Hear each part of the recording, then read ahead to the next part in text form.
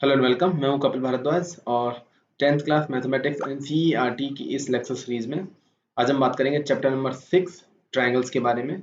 ये part number 2 है। Part number 1 हम ऑलरेडी अपलोड कर चुके हैं। उसके अलावा पहले 5 चैप्टर्स भी हम अपलोड कर चुके हैं, तो आप डिस्क्रिप्शन में जाके उनकी लिंक्स पर क्लिक करके सारे चैप्टर्स की वीडियोस आप देख सकते हैं। उसके अलावा आप चैनल पर जाके 10th क्लास मैथमेटिक्स एनसीईआरटी नाम की प्लेलिस्ट में जाके भी सारी लेक्चर सीरीज को एक साथ देख सकते हैं। तो आज की इस लेक्चर सीरीज में हम बात करेंगे criteria for similarity of triangles. तो सिमिलरिटी ऑफ ट्रायंगल्स के बारे में मैंने पहले ही पार्ट नंबर 1 में एक्सप्लेन किया था कि दो चीजें होना जरूरी हैं अगर दो ट्रायंगल्स या पॉलीगन्स सिमिलर होंगे, तो क्योंकि ट्रायंगल्स पॉलीगन्स है तो वही डेफिनेशन यहाँ पे भी आएगी। पहली बात कि करस्पॉन्डिंग एंगल्स इक्वल होने चाहिए। करस्पॉन्डिंग एंगल्स इक्वल होने चाहिए। जैसे ये ट्रायंगल ए बी सी है, ये डी ई एफ है, तो corresponding angle A and D, A and D, B E and C F, ये इक्वल होने चाहिए और corresponding side should be in proportion. Proportion मतलब उनका जो रेशियो है वो बराबर होना चाहिए। A B upon D E must be equal to B C upon E F, C A upon F D. ये है basic definition for similarity of triangle. मैं आपको जस्ट रिकॉल करा दूं, किसी भी पॉलीगन के लिए दो दो फैक्टर होते हैं, एक होता है शेप और एक होता है साइज। तो शेप मतलब यानी कि दिखता कैसा है, साइज यानी कि कितना बड़ा है या छोटा है। तो सिमिलरिटी के लिए हमें सिर्फ और सिर्फ शेप की जरूरत पड़ती है। Size may not be the equal but shape should be equal same. But congruency में हमको दोनों चीजों की जरूरत पड़ती है, शेप भी बराबर होना चाहिए और साइज भी बराबर होना चाहिए। तो ये बात आप खास याद रखें, आपको कुछ रटने की जरूरत नहीं है। यहाँ पे बहुत ही क्लियर कट डिफरेंस है सिमिलरिटी और कॉन्ग्रुएंसी में। तो इसका मतलब क्या हुआ कि जैसे मैंने पहले ही बताया था कि सारे जो कॉन्ग्रुएंट फिगर है वो सिमिलर ऑटोमेटिकली होते ही होते हैं, क्योंकि यहाँ पे ये वाली कंडीशन तो सेटिस्फाई हो ही रही है जो हमको सिमिलरिटी में चाहिए। लेकिन सारे similar figure may not B congruent because इसमें एक ये कंडीशन फुलफिल नहीं होती है जो इसमें कॉन्ग्रुएंसी में हमको जरूरत होती है। इसीलिए all the congruent figures are similar automatically but all the similar figures may not be the congruent. अब ये हो गई बेसिक डेफिनेशन के बारे में बात, मैथमेटिकल डेफिनेशन के बारे में। अब हम बात करेंगे क्राइटेरिया, मतलब कैसे हम पहचाने कि दो गिवन, अभी स्पेसिफिकली ट्रायंगल्स की बात करेंगे, गिवन ट्रायंगल्स सिमिलर हैं कि नहीं। देखिए यहाँ पे एक और बात मैं आपको बता दूं, स्पेशली हम जो वर्ड यूज करते हैं corresponding, corresponding angles and corresponding sides का रेशियो, ये जो करस्पॉन्डिंग वर्ड है ये अपने आप में बहुत बहुत बहुत अहम है। मैं आपको जस्ट अभी अब एग्जांपल से एक बार समझाऊं, फिर आगे सब्सिक्वेंट एग्जांपल्स में भी मैं आपको बताऊंगा।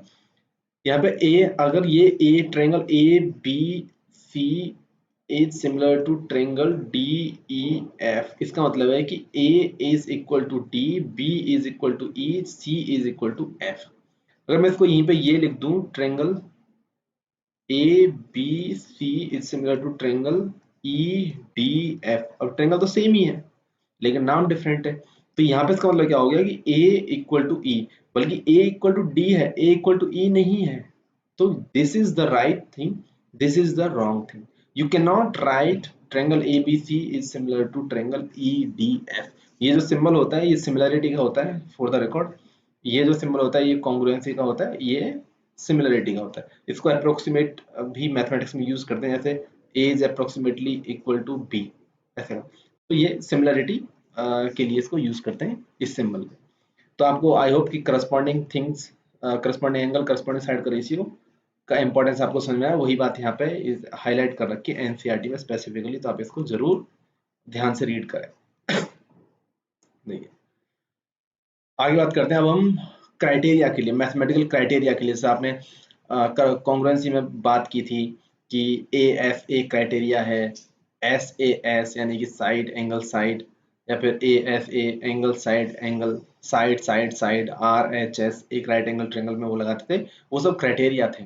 तो यहाँ पे क्या क्या क्राइटेरिया होंगे सिमिलरिटी के, उनके बारे में हम बात करेंगे। तो हम बात करते हैं, शुरू करते हैं थ्योरम नंबर 6.3 से। यहाँ से क्राइटेरिया आपका निकल के आएगा। देखिए अगर टू ट्रायंगल्स हैं, करस्पॉन्डिंग एंगल्स आर इक्वल, तो उनकी, देखिए अभी क्राइटेरिया पर जाने से पहले एक और इंपॉर्टेंट बात, हमने दो कंडीशंस पढ़ी थी सिमिलरिटी के लिए। नंबर 1 करस्पॉन्डिंग एंगल्स इक्वल होने चाहिए, नंबर 2 करस्पॉन्डिंग साइड्स का रेशियो बराबर होना चाहिए। लेकिन आपको सिर्फ और सिर्फ एक ही कंडीशन सेटिस्फाई करने की जरूरत पड़ेगी, दूसरी ऑटोमेटिकली सेटिस्फाई हो ही जाएगी। It's like both are complement to each other. अगर एक ट्रुथ है तो दूसरा ऑटोमेटिकली ट्रुथ होगा ही होगा। तो if you are fulfilling one condition, second is automatically fulfilled. उस चीज को अभी हम यहाँ पे प्रूव करेंगे। तो यहाँ पे क्या कहा है, दो ट्रायंगल में अगर करस्पॉन्डिंग एंगल्स इक्वल हैं तो उनकी जो करस्पॉन्डिंग साइड का रेशियो है वो ऑटोमेटिकली सेम होगा ही होगा। कैसे, उसको हम यहाँ पे प्रूव करेंगे। देखिए, ये एबीसी एक ट्रायंगल है, ये डीईएफ एक ट्रायंगल है। अब इसमें क्या दे रखा है हमको कि एंगल ए और एंगल डी बराबर है, एंगल बी और एंगल ई बराबर है, एंगल सी और एंगल एफ बराबर है। देख, अभी मैं, क्योंकि ये एंगल ट्रायंगल छोटा है, ये ट्रायंगल बड़ा है और ये बराबर है। अगर मैं इस पॉइंट को उठा के सीधे इस पॉइंट डी पे रख दूं तो जो ये साइड है वो इस साइड के ऊपर कॉइंसाइड करेगी, एब्सोल्युटली करेगी, तो एंगल बराबर है। और ये साइड इस पे कॉइंसाइड करेगी। तो मैं बोलूं कि इन दोनों की लेंथ के बराबर यहाँ पे मैंने एक और ट्रायंगल कट कर दिया, जैसे पी और क्यू, और उन दोनों को मिला दिया मैंने, ये एक लाइन बन गई पी क्यू। अब देख, आपको पता है कि एंगल, ये पॉइंट बी, ये जो बी पॉइंट है उसको मैंने पी बनाया है, और ये जो सी पॉइंट है इसको मैंने ये क्यू बनाया है। ये दे आर सेम पॉइंट। तो यहाँ पे जो एंगल बी था वो आपका एंगल ई के बराबर था, तो एंगल पी भी आपका एंगल ई के बराबर हो गया, और एंगल क्यू आपका एफ के बराबर हो गया।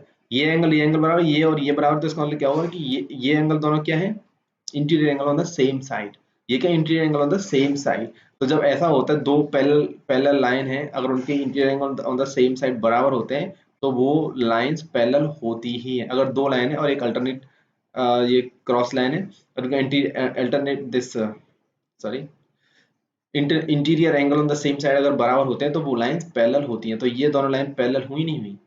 और ये दोनों लाइनें पैरेलल हुई, रिकॉल द थेल्स थ्योरम और प्रोपोर्शनैलिटी थ्योरम, कि एक ट्रायंगल में अगर कोई एक लाइन है जो किसी एक के पैरेलल है और बाकी दो को कहीं दो पॉइंट पर कट कर रही है, तो वो जो कट करेगी उन दो बाकी दो लाइंस को, वो आपस में प्रपोर्शन में होंगे, उनका जो रेशियो होगा वो सेम होगा। इसका मतलब है dp upon PE, dp upon PE equal to dq upon qf, dq upon qf। यहां से आपका ये निकल के आएगा। कैसे निकल के आएगा मैं आपको एक और बार बता दूं। मैंने पहले भी एक पहले पार्ट नंबर 1 में एक क्वेश्चन सॉल्व किया था, उसमें भी ये सेम चीज थी। देखिए, आपको है dp upon pe equal to dq upon qf। अब देखो, प्रोपोर्शनलिटी प्रूव करने के लिए आपको क्या चाहिए, dp अपॉन de चाहिए, pe नहीं चाहिए। तो pe को आप d के टर्म में लिख सकते हो। सिमिलरली आपको qf चाहिए, df नहीं चाहिए, तो df को आप qf के टर्म में लिख सकते हो, तो यहाँ पे लिख सकते हैं। तो dp अपॉन पीई, पीई क्या लिख सकता, DE minus DP, DE minus DP. Similarity D Q और क्यू एफ, सॉरी ये, हाँ क्यू एफ क्या लिख सकते हैं आप, D F minus D Q. Reverse कर दो इसको, तो हो जाएगा आपका DE minus P Q, DE minus DP, sorry DP divide by DP, just reverse किया है, df minus dq by dq, divide किया, ये क्या हो जाए, de by dp minus 1 equal to df by dq minus 1। क्या बचा, देखिए df, df de by dp, और देखिए dp क्या है आपका, ए बी ही है, तो ए बी यहाँ पे लिखा हुआ है ये, और डी क्यू क्या है आपका, ए सी ही है। तो यहां से आपका ये प्रोपोर्शनलिटी आ जाती है। तो इसका मतलब क्या हुआ कि सारे एंगल्स बराबर थे तो उनकी साइड भी प्रोपोर्शन में, अभी तो ये दोनों साइडें प्रोपोर्शन में आई, this one and this one. अभी आप इस ट्रायंगल को, आप इस लाइन को जो हमने यहाँ खींची थी उसको ना, अगर आप इस तरह इधर खींच देंगे तो आपका ये भी प्रोपोर्शन में आ जाएंगे। तो this is proportional to this, this is proportional to this, A B equal to B equal to C, तो ए इक्वल टू सी, और आपस में तीनों के तीनों इक्वल, तो ये तीनों की तीनों साइडें प्रोपोर्शन में होंगी। ये हमने यहाँ पे प्रूफ किया है। इसका मतलब है कि अगर तीनों एंगल करस्पॉन्डिंग एंगल्स बराबर हैं तो साइड्स का प्रोपोर्शन ऑटोमेटिकली इक्वल होगा ही होगा। You don't need to fulfil both the conditions, just need to fulfil one condition. यहाँ से प्रूफ होता है। अब देखिए, एक और बात, कोई ट्रायंगल है ए बी सी, दूसरा ट्रायंगल है डी ई एफ। आपका ए इक्वल टू डी है, बी इक्वल टू ई है, C we don't know. What is C here? C here is 180 minus A minus B. What is F? F we don't know. What is F here? 180 minus D minus E. अब देखो D किसके बराबर है? ए के, तो इसको लिख सकते हैं आप 180 माइनस ए माइनस, और आपका ई किसके बराबर है? आपका बी के, बी। ये एंगल एफ और एंगल सी बराबर हुए नहीं हुए? इसका मतलब है कि आपको तीनों एंगल भी बराबर देखने की जरूरत नहीं है, सिर्फ दो एंगल ही बराबर देखने की जरूरत है। अगर दो ट्रायंगल्स के दो करस्पॉन्डिंग एंगल्स इक्वल होते हैं तो ऑटोमेटिकली तीनों एंगल इक्वल हो जाएंगे और ऑटोमेटिकली साइड्स प्रोपोर्शन में हो जाएंगी, तो वो ऑटोमेटिकली सिमिलर हो जाएंगे। ठीक है, यहां से आता है first criteria of similarity that we call as A A. अगर किन्हीं दो ट्रायंगल के दो करस्पॉन्डिंग एंगल्स इक्वल होते हैं तो वो आपस में सिमिलर होंगे। यही बात यहाँ पे कह रखी है कि सिर्फ दो एंगल्स को प्रूव करने की जरूरत है, तीसरे की जरूरत भी नहीं है। ओके, अब देखिए, अब हम इसका उल्टा देखेंगे। अभी हमने क्या देखा था कि अगर तीन करस्पॉन्डिंग एंगल्स इक्वल हो, जो अल्टीमेटली दो करस्पॉन्डिंग एंगल्स इक्वल हो, तो साइड्स ऑटोमेटिकली प्रोपोर्शन में होती हैं, इसलिए वो सिमिलर होते हैं। What if sides are in proportion? क्या एंगल बराबर होंगे कि नहीं होंगे? यस, होंगे। तो यहाँ पे ये थ्योरम नंबर 6.4 यही कहती है कि अगर इन टू ट्रायंगल्स में sides of one triangle are proportion to the or in the same ratio of the corresponding sides of the other triangle, then their corresponding angles will be equal, hence the triangles are similar. Such criteria is called as second number, मतलब तीनों side proportion में। कैसे? देखो ये दिया हुआ है हमको दो ट्रायंगल ए बी, ये हमको दिया हुआ है क्योंकि साइड प्रोपोर्शन में, हमको पता लगाना है कि वो एंगल्स इक्वल होंगे कि नहीं होंगे ऑटोमेटिकली। देखिए यहाँ पर इजीली, देखिए यहाँ पे देखिए, ये ए बी सी, जैसे कि मैंने पिछले वाले एग्जांपल हमने किया था थ्योरम में। अगर मैं यहाँ पे एक लाइन खींचूं पी क्यू, पी क्यू क्या है? जिसमें डी पी हमारा ए बी के बराबर है और डी क्यू हमारा ए सी के बराबर, but we don't know if these two lines are parallel और नॉट। ठीक है, अब देख क्या करते हैं, हमको क्या दे रखा है, हम we know that D P D E sorry upon A B equal to D F upon A C. अभी मैं दो को लेकर चलता हूँ, तीसरा को आप बस जस्ट रिवर्स करके दूसरी तरफ पैरेलल लाइन खींच के आप उसको प्रूव कर सकते हैं। तो सिर्फ दो का लेके चलते हैं। हमको हमें चाहिए डीई की जगह हमको चाहिए डीपी, तो डीई को तोड़ दो आप, DP plus PE upon A B equal to DF क्या हो गया आपका? D Q plus Q F upon A C. देखिए डीपी प्लस पी क्या है आपका? डीपी प्लस पी, आपका डीपी आपका इंस्टेड ए बी है, क्योंकि हमने उस तरीके से कंस्ट्रक्शन किया था ना। तो आपका हो गया A B plus PE upon A B, और आप कहिए कि ए बी को हम डीपी से रिप्लेस करें क्योंकि हम सिर्फ इसी ट्रायंगल में देख रहे हैं, that would be a better way to do it. तो आपका हो जाएगा DP plus PE upon DP equal to D Q plus Q F upon D Q. ये कटेगा, ये कटेगा, one plus PE upon DP, one plus Q F upon D Q, one से one कटा, क्या बचा? This PE, PE upon DP, Q F upon D Q, दोनों equal है। By reverse of Thales theorem और प्रोपोर्शनलिटी थ्योरम क्या हो जाएगा? ये दोनों लाइनें पैरेलल होंगी। उसमें क्या कहता था कि अगर कोई एक लाइन है ट्रायंगल को दो पॉइंट पर कट करे किन्हीं दो साइड को, और उन दोनों जो जो सेगमेंट है उनका प्रोपोर्शन सेम है, रेशियो सेम है, तो वो लाइन बेस लाइन के पैरेलल होगी। अगर ये लाइंस पैरेलल हैं तो इसका मतलब क्या होगा? ये एंगल और ये एंगल इक्वल होंगे। क्यों? Interior angle on the same side, ये एंगल और ये एंगल इक्वल होंगे, और ये तो कॉमन है ही है। एनीवे तीसरे की में जरूरत भी नहीं होती। जब ये दोनों एंगल आपस में इक्वल हो गए, इस ट्रायंगल का ये एंगल क्या है एक्चुअली में? ये बी एंगल है। ये एंगल क्या है इसका? ये एंगल है। तो दोनों इक्वल बराबर हो गए, दोनों एक करस्पॉन्डिंग एंगल एक एंगल से इक्वल हो गए। करस्पॉन्डिंग साइड्स ऑलरेडी प्रोपोर्शनल दे रखी हैं, तो उनके ऑटोमेटिकली एक करस्पॉन्डिंग इक्वल एंगल्स बराबर हो गए, और वो आपके सिमिलर ट्रायंगल्स होंगे। तो ये सेकंड क्राइटेरिया हुआ एस एस एस। उसके बाद एक और क्राइटेरिया है जिसे हम बोलेंगे SAS।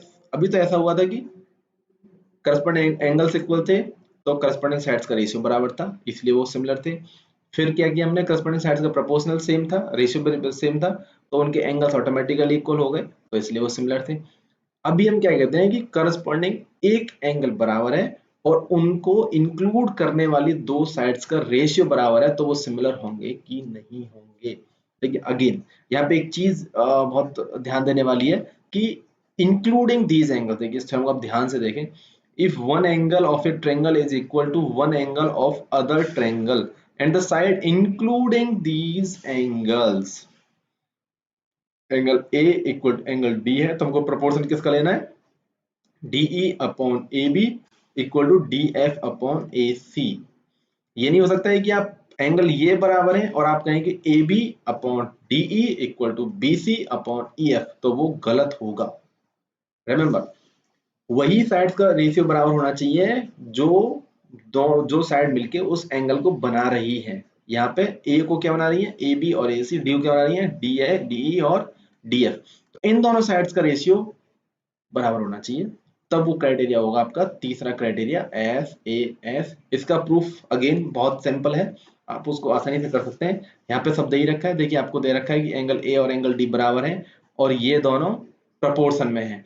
तो अगेन आप यहाँ पे कंस्ट्रक्शन करें जो AB इक्वल टू DP है, AC इक्वल टू ये है, और क्योंकि आपका ये एंगल तो कॉमन है, ये एंगल कॉमन है, तो यहाँ पे ये आएगा। अब क्योंकि ये दोनों रेशियो बराबर हैं, ये और ये अभी जो मैंने किया था, आप DE को आप PE प्लस DP में तोड़ सकते हैं और DF को आप DQ प्लस QF में तोड़ सकते हैं। आप थोड़ा सा मैथमेटिकल सिंप्लीफिकेशन करेंगे तो आपको मिलेगा कि DP upon PE equal to DQ upon QF। तो ये प्रोपोर्शनलिटी थ्योरम के रिवर्स से PQ आपका पैरेलल हो जाएगा EF के, पैरेलल हो जाएगा तो वो interior angle on the same side, angle P और E इक्वल होंगे, Q और F इक्वल होंगे, तो ये दोनों एंगल इक्वल हो जाएंगे। इसका मतलब क्या हुआ कि ये और ये एंगल इक्वल हो गए, ये और ये एंगल इक्वल हो गए, दो एंगल इक्वल करने की जरूरत है, तो वो ऑटोमेटिकली सिमिलर हो ही जाएंगे। ठीक है, तो आपका तीसरा क्राइटेरिया। तो अभी ध्यान रहे तीन क्राइटेरिया है, ए जिसे ए भी बोलते हैं, दो एंगल्स कोई भी दो करस्पॉन्डिंग एंगल इक्वल कर दो वो ऑटोमेटिकली सिमिलर हो जाएंगे। साइड्स का प्रपोर्शन सेम कर दो, तीनों साइड्स का, बट साइड्स का प्रपोर्शन प्रूव करोगे तो तीनों साइड्स का प्रपोर्शन सेम होना चाहिए, ऐसा नहीं दो साइड्स का प्रपोर्शन सेम कर दो, तीनों का सेम होना चाहिए। तो वो आपका पहला क्राइटेरिया, जैसे मैंने कहा था आपका ए कोई भी दो करस्पॉन्डिंग एंगल बराबर कर दो सिमिलर होंगे। दूसरा क्या है, एस इसमें तीनों साइड्स का प्रपोर्शन सेम होना चाहिए तो वो सिमिलर होंगे। तीसरा क्या है, एस ऐसा भी अगर दो साइड का प्रपोर्शन और उनसे बने हुए एंगल करस्पॉन्डिंग एंगल बराबर हो तब भी वो सिमिलर होंगे। These are the only three criteria for similarity of any triangle. अभी हम कुछ एग्जांपल करेंगे और जो मैंने बात की थी करस्पॉन्डिंग वर्ड पे जो स्ट्रेस दिया था उसको हम यहाँ पे क्लैरिफाई फर्दर करेंगे। देखिए एग्जांपल नंबर 4, ये बहुत ही इजी सा है, इसमें दे रखा है ये बताना है PQR और SQR सिमिलर हैं कि नहीं। देखिए पहली बात P के करस्पॉन्डिंग क्या है, S, तो हम दोनों को देखना है P और S, क्योंकि ये दोनों पैरेलल दे रखी हैं तो of course these are alternate interior angle, तो बराबर होंगे होंगे। O के O, तो ये वर्टिकली अपोजिट एंगल, ये बराबर होंगे होंगे, दो ही बराबर हो गए, तीसरे को प्रूव करने की जरूरत ही नहीं, तो ऑटोमेटिकली ये सिमिलर हो गया। हम बात करें एग्जांपल नंबर 5 की, ये बहुत बहुत इंपॉर्टेंट एग्जांपल है क्योंकि इसमें जो मैंने करस्पॉन्डिंग शब्द यूज किया था, कैसे नोमेनक्लेचर करते हैं जब सिमिलरिटी देखते हैं, उसका जो कॉन्सेप्ट है काफी क्लियर होगा इससे। देखिए ये एंगल ए बी सी आपको, और ये दे रहेगा पी क्यू आर, यहाँ पे आपको एंगल पी निकालना है। एंगल पी निकालने के लिए हम क्या करें, इनकी दोनों का सिमिलरिटी सिद्ध कर दें, हम प्रूव कर दें, तो ऑटोमेटिकली पी एंगल अपने करस्पॉन्डिंग किसी एंगल इसमें जो है उसके बराबर हो जाएगा, क्योंकि इसके तीन एंगल हमको पता है 80 60, तो ये ऑटोमेटिकली 40 हो गया। तो अगर मैं इसकी सिमिलरिटी प्रूव कर दूं तो उसके करस्पॉन्डिंग एंगल के इक्वल ये हो ही जाएगा। देखिए अब यहाँ पे क्या, हम पहले ए ट्राई करेंगे, तो ए के लिए हमें यहाँ पे कोई एंगल दे ही नहीं रखा है तो वो यहाँ पे एप्लीकेबल होगा ही नहीं। फिर एस अब उससे पहले एस देखेंगे तो यहाँ पे एक भी एंगल दे नहीं रखा है तो यहाँ पे एस भी नहीं लगा, बचता क्या, ओनली एस क्राइटेरिया, एस। तो आप उसके पॉइंट ऑफ व्यू से इसको सोचें। अब देखिए यहाँ पे आप देखिए जनरली क्या करते हैं हम कि जैसे हमने ये ए बी साइड को देखा तो हमें लगेगा कि इसके करस्पॉन्डिंग सिर्फ यही साइड है और इन दोनों का रेशियो, या फिर और फिर इसके करस्पॉन्डिंग क्या है, ये साइड है, इसके करस्पॉन्डिंग क्या है आपका, ये साइड है। ये तो दो का रेशियो आ रहा है, ये ना तो ये दो का आ रहा है ना ये दो का आ रहा है, तो इसलिए सिमिलर नहीं होंगे। बट ऐसा नहीं सोचना है, आपको जो दिख रहा है आप उसको रोटेट, इधर उधर रोटेट करके भी आप उसको मैच कराने की कोशिश कर सकते हैं। देखिए अगर मैं कहूं कि जो ए बी लाइन है वो पी आर के करस्पॉन्डिंग नहीं, वो आपकी आर क्यू के करस्पॉन्डिंग है, ठीक है। तो अगर आप इसको फिर इसको कैसे बना लेंगे, आप इसको बस जस्ट आप इसको ऐसे रोटेट करके आप ऐसे रखेंगे, तो ये आपका ए बी आपका इधर आ जाएगा ऐसे, यहाँ ए बी हो जाएगा, ठीक है, और आपका सी आपका यहाँ आ जाएगा। तो ये कुछ कुछ इस तरीके से बनेगा फिगर, लाइक दिस, सी यहाँ पे आ जाएगा। तो अब देखिए ए बी क्या था आपका 3.8, आपका ये बी सी तो आपका है 6 ही, और आपका पी आर कितना है, ये ए सी कितना है 3.8। Now these two are corresponding, these two are corresponding, and these two are corresponding, sorry ये 3√3, this is 3√3, ये ए सी है ना, ए सी। आप यहाँ पे आराम से आप लिख सकते हैं कि आपका जो ये एंगल ये होगा R P upon A C equal to R Q upon A B equal to P Q upon C B. आपको जैसे आपने फिगर रोटेट किया, आपको कुछ भी ज्यादा एक्स्ट्रा दिमाग लगाने की जरूरत ही नहीं पड़ी, आप सिर्फ फिगर को देख देख के आप सिंपली लिख सकते हैं, क्योंकि सबका रेशियो 2 है, सबका रेशियो 2 है, सबका रेशियो 2 है। तो यहाँ पे क्या हो गया आपका एंगल, वो ट्रायंगल क्या हो गया आपका, ट्रायंगल हो गया आपका, आपका हो गया ये क्या आर, अब मैं ऐसे चलू आर, इधर से चल रहा हूं, R Q P is similar to आपका A B C, triangle A B C. तो आप पी के करस्पॉन्डिंग कौन सा एंगल होगा आपका, सी, बी पी के करस्पॉन्डिंग आपका एंगल सी होगा, जबकि यहाँ इस फिगर को, ओरिजिनल फिगर को देख के क्या लग रहा था, पी के करस्पॉन्डिंग आपका बी होगा, नहीं। तो ये आपको याद रखना है, आप उसको रोटेट करके भी आप उसको मैच कराइए, उसके बाद ही उसकी मैथमेटिक्स लिखिए, ताकि बहुत ही क्लियर तरीके से आप उनके नोमेनक्लेचर को रिप्रेजेंट कर सकें। तो ये एंगल क्या होगा आपका 40 डिग्री। आप इसको ऐसे नहीं लिख सकते P Q R is similar to A B C, no this is wrong, because P is not corresponding to A, P is corresponding to C. So that's why you need to write it in that manner only. Okay. आगे example number 6, example number 7 आप कर सकते हैं, these are all. मैं फिर भी example number 7 में कुछ थोड़ी ज्योमेट्री है, इसलिए इसको मैं बता देता हूँ थोड़ा सा। A girl of height 90 centimetre, ये this is 90 centimetre, is walking away from the base of a lamp post at a speed of 1.2 metre second. उसकी v क्या है 1.2 मीटर पर सेकेंड, किधर वॉक कर रही है वो, इधर की तरफ वॉक कर रही है, away from the lamp post if the lamp is 3.6 metre above the ground, ये 3.6 मीटर है AB, find the length of her shadow after 4 second, 4 second में, 4 सेकेंड के बाद उसकी वो क्या होगी। देखो उसने ये लड़की ने यहाँ से चलना शुरू किया, 4 सेकंड बाद वो कितना दूर चलेगी, 1.2 इंटू 4 सेकेंड, तो आपका 4.8 मीटर। तो ये यहाँ से चली गई, सपोज वो यहाँ पहुंची, तो 4.8 मीटर दूर वो चली गई। आपको पता है कि जो लाइट है, यहाँ से जो लाइट आ रही होगी वो इस लड़की के सर को टच करते हुए कहीं जाके ऐसे परछाई है बना रही होगी उसकी, ये वाली परछाई, ठीक है। क्योंकि जहाँ पे भी जो टॉप रे और जो बॉटम रे मैट करती हैं, वहां पे परछाई का एंड होता है, ये कॉन्सेप्ट आपको दिमाग में होना चाहिए जस्ट। तो देखो ये अब क्योंकि ये लड़की और ये दोनों तो पैरेलल हैं, क्योंकि दोनों जो ग्राउंड है उसके परपेंडिकुलर है, तो ये दोनों पैरेलल हैं, तो यहाँ पे आप आराम से सिंपली थेल्स थ्योरम लगा सकते हैं, आपको सिमिलरिटी लगाने की जरूरत भी नहीं है। थेल्स थ्योरम लगाइए, प्रोपोर्शनलिटी थ्योरम क्या कहती है कि आपका ये B D upon D E will be equal to A B upon C D, wrong, remember.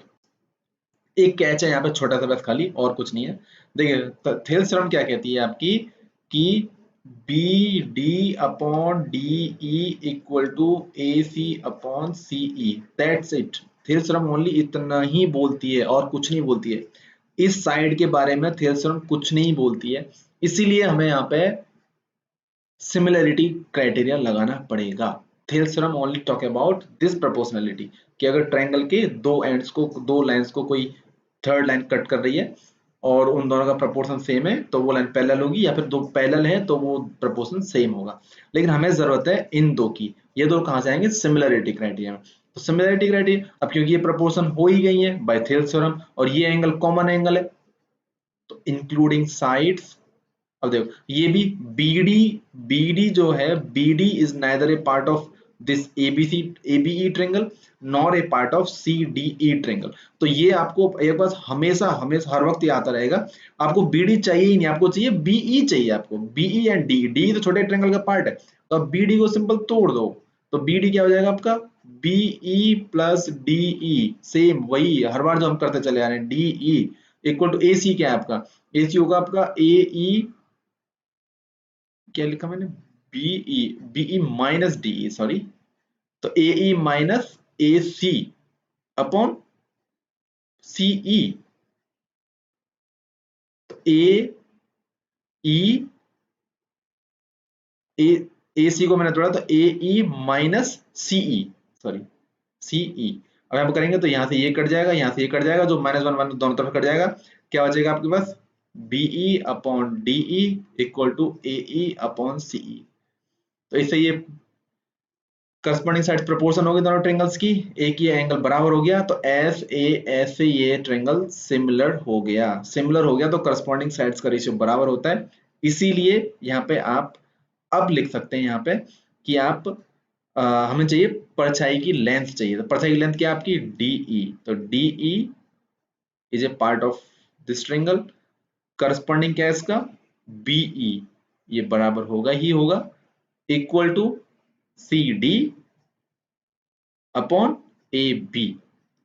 देखो CD आपको दे रखा है 90 सेंटीमीटर 0.9 मीटर, AB आपको दे रखा है कितना है आपका? 3.6 मीटर, 3.6 मीटर इक्वल टू, ये क्या हो जाएगा आपका? मैं इसको यहाँ लिख लेता हूँ, तो 0.9 upon 3.6 equal to DE। DE आपको निकालना है, दैट इज द परछाई, और इसको आप X बोल सकते हैं, ठीक है। और आपका क्या है? BE और BE तो आपको पता ही नहीं है, बट आपको BD पता है, तो B क्या लिख सकते हैं आप? BD प्लस DE यानी कि 4.8 प्लस X। यहाँ से तो क्रॉस मल्टीप्लाई अगर आप सॉल्व करेंगे तो आपकी X की वैल्यू निकल के आ जाएगी। सॉल्व करके हमें कमेंट सेक्शन में लिख के बताएं आपका आंसर क्या आ रहा है, ठीक है। इसी तरीके से आप बाकी क्वेश्चंस को भी कर सकते हैं। अभी इसमें ऐसा कोई क्वेश्चन जिसको मुझे बताने की जरूरत है? एग्जाम्पल 8 अगेन सेम, अब बस उसको फिगर को घुमाना है, आप वहां से थोड़ा सा मैथमेटिकल सिंप्लीफिकेशन करके उसको सॉल्व कर सकते हैं। ना हो तो हमें कमेंट सेक्शन में लिख के बताएं, हम जरूर उनको सॉल्व करेंगे। अगेन ये बताना सिमिलरिटी में कि ये सिमिलर हैं। क्या क्वेश्चन है ये? This is C which pair of the triangle are similar. हाँ, सिमिलर कौन कौन से हैं आप बताइए? पहला पहला पेयर, क्योंकि ये ए और पी के बराबर है, ये और ये के बराबर है, तो ऑटोमेटिकली तो ए से ही सिमिलर है। ये टू और थ्री का रेशियो, ये थ्री का रेशियो है, ये कोई रेशियो एग्जिस्ट नहीं करता, ये रेशियो एग्जिस्ट नहीं, तो ये सिमिलर नहीं है। इस तरीके से आप सारे देख सकते हैं। सिमिलरली सारे के सारे क्वेश्चंस आप कर सकते हैं लाइक एग्जांपल्स की तरह ही, जो एग्जांपल मैंने बताए। और कोई क्वेश्चन आपको नहीं होता है एक्सरसाइज से तो आप हमें जरूर कमेंट सेक्शन में लिख के बताएं, हम जरूर उसको सॉल्व करेंगे। और आपको अगर ये लेक्चर सीरीज अच्छी लग रही है तो आप क्योंकि ये फ्री ऑफ कॉस्ट है, तो आप इसको फ्रेंड्स फैमिली के बीच में शेयर करें और चैनल को सब्सक्राइब करें, बेल आइकन दबाएं ताकि आपको नई वीडियोस की अपडेट मिलती रहे। इस मैथमेटिक्स एनसीईआरटी के अलावा हम social update specially related to the technological videos हम बनाते हैं, छोटी छोटी अपलोड करते हैं, ताकि आपको पढ़ाई जो कोर पढ़ाई है, करिकुलर पढ़ाई है, उसके अलावा भी आपको और भी जानकारी मिलती रहे आपकी क्यूरियोसिटी के लिए, आपके बेहतर भविष्य के लिए। हम अगली वीडियो लेके आएंगे चैप्टर नंबर 7, तो तब तक के लिए धन्यवाद।